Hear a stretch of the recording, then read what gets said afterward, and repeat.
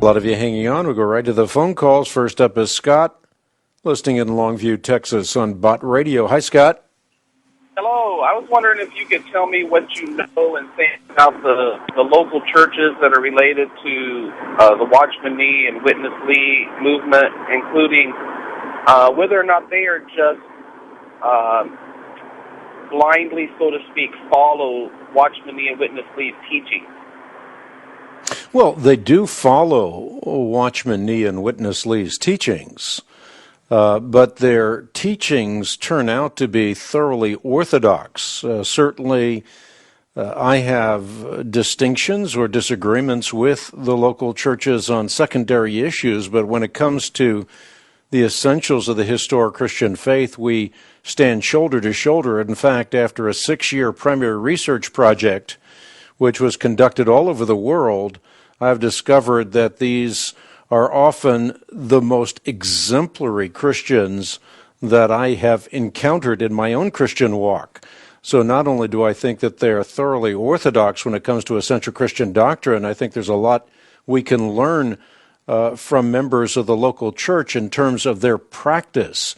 Practices like prayer reading, for example, which becomes a method by which they internalize the Word of God, not only get into the Word of God, but get the Word of God into them. We actually did a 6-year, as I just alluded to, research project that ended up in a journal with 3 words splashed across its cover. Those 3 words are, "We were wrong."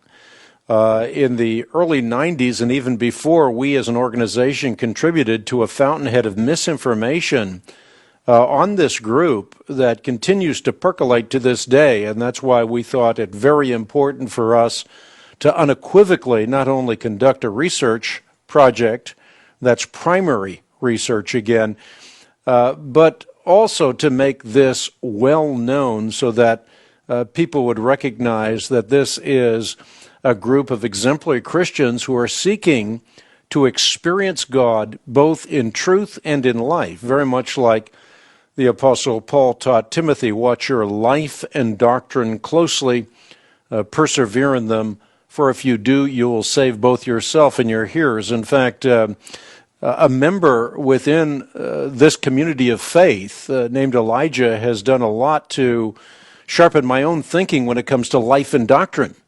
It is true that doctrine matters or truth matters, but life matters as well. And again, these are 2 tracks that the Apostle Paul trained young Timothy to run well on, or to ride well on, to extend the metaphor, which is we need not only right doctrine, but we also need a life and love corresponding to right doctrine.